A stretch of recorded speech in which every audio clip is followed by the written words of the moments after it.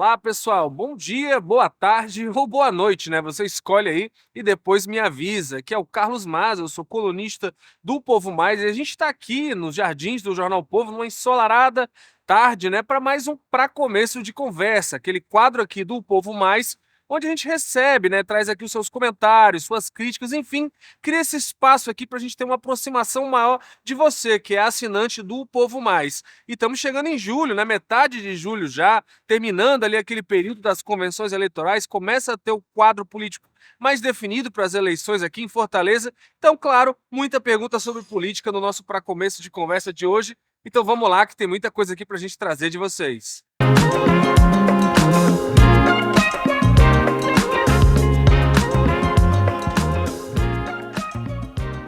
Vamos começar aqui com um comentário do nosso assinante Ramon Ponte, né?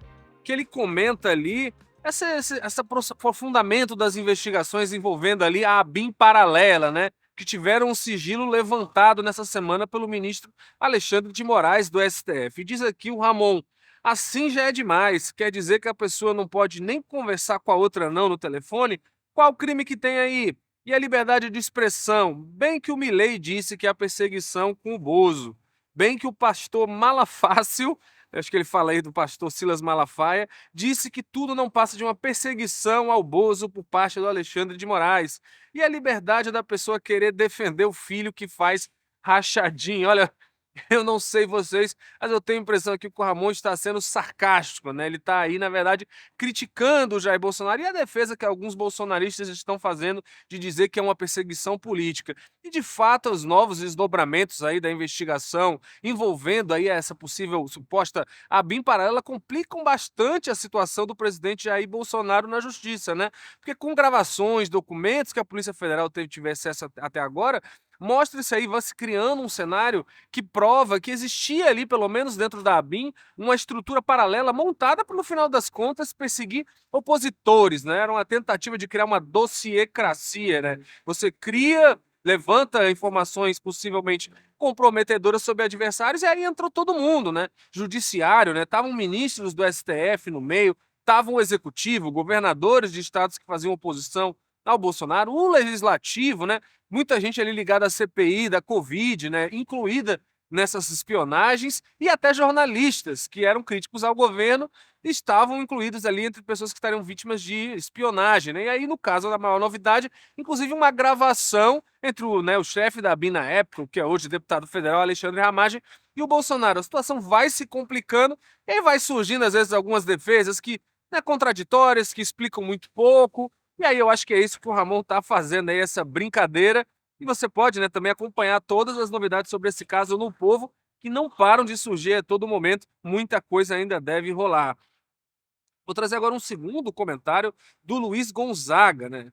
Ele comenta uma coluna do Érico Firmo falando sobre o atentado que teve contra o candidato, né, à presidência dos Estados Unidos, ex-presidente Donald Trump, aí no último fim de semana, que ele fala: a polarização não é exclusiva da direita. Extremismos podem surgir em qualquer espectro político, exigindo análise equilibrada. Bem, eu acho que aqui no caso o Luiz está concordando com a análise que o Érico faz. A coluna do Érico, na verdade, ela rebate uma fala do próprio Bolsonaro, né? Que o Bolsonaro, ali no calor do momento, logo após esse atentado do Trump, sai com uma declaração dizendo ali só a direita, né? Só os conservadores são alvos, remetendo a ele próprio, a questão lá da facada, né? Em Juiz de Fora em 2018, o que está longe de ser verdade, e é isso que o Érico coloca, né? Ora, chega a ser até um pouco risível no país da Marielle Franco, né? O único homicídio político recente que a gente tem notícia na história do Brasil é de uma vereadora do PSOL, da esquerda, e que, no caso dela, muito explicitamente foi morta, né, brutalmente, assassinada muito covardemente, com vários tiros no centro do Rio de Janeiro,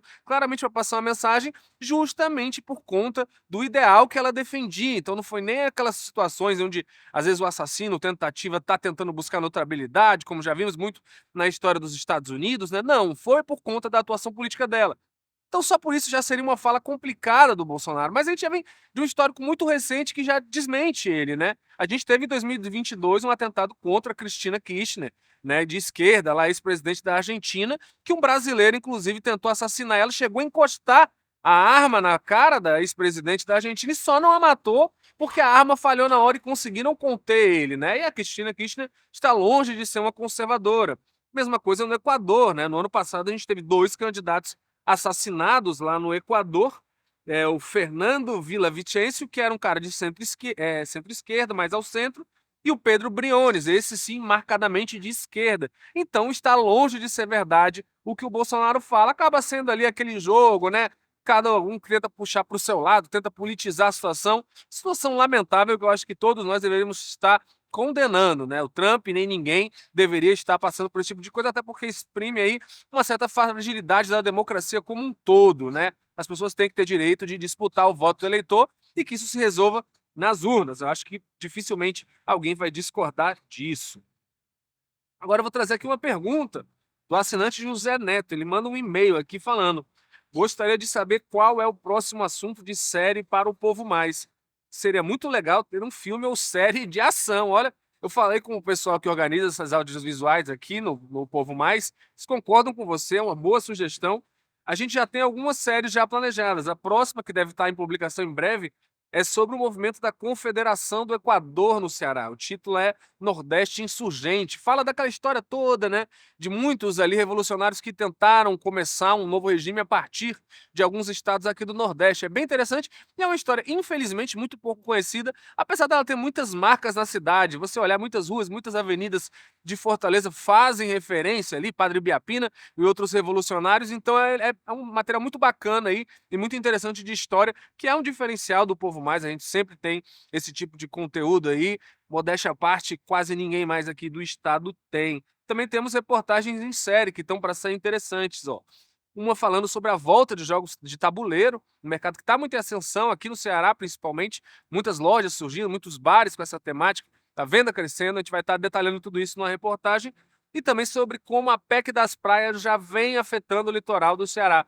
Eu não vou dar muito spoiler, não vou estragar o conteúdo, mas o Ceará já vem perdendo muito antes dessa PEC que tenta privatizar ali essas faixas de praia. O Ceará já vem perdendo aí nos últimos anos uma média grande de trechos ali que eram antigamente públicos e que o povo podia usar livremente, que agora vão sendo controlados ou tornando ali inapropriados para o uso para livre circulação.